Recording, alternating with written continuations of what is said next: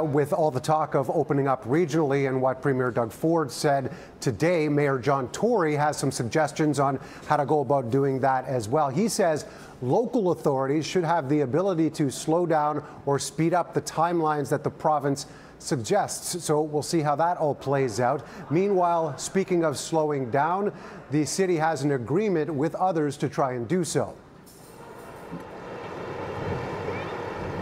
The city has announced it is working with large downtown employers as well as colleges and universities to try and keep people working from home until September at the earliest. The city itself says it will continue to support its staff while doing so and encourages more companies to do the same. The move is to try and keep pressure off the TTC and GO Transit as the region starts the recovery period. By delaying and phasing in the physical return to work and school at some of these major businesses and institutions, and by staggering daily start times, for example, we are finding ways to live with the continuing threat posed by COVID-19. The City of Toronto is one of those major employers, and we will continue to prioritize remote work and delay the return of a significant number of our employees to the city's normal workplaces.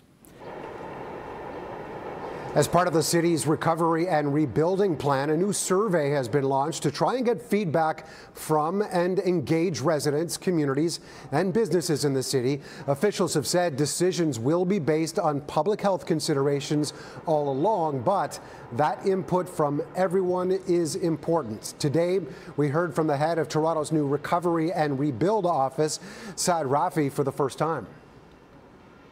I think the residents and businesses of the city are probably the best people to provide input on how the city can improve its services. And this is also about the rebuild and reimagination of what the city needs to do in order to be a better provider of services for its customers, if you will, the citizens of the city. Earlier today, Mayor Tory toured a company called Take Care Supply. It has now produced 250,000 masks after starting up just 7 weeks ago. He took the time to thank the entrepreneurs behind the operation and the 150 people that have now been employed.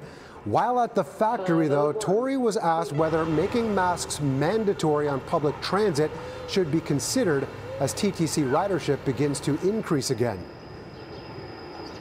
We want them to feel comfortable using the public transit system again.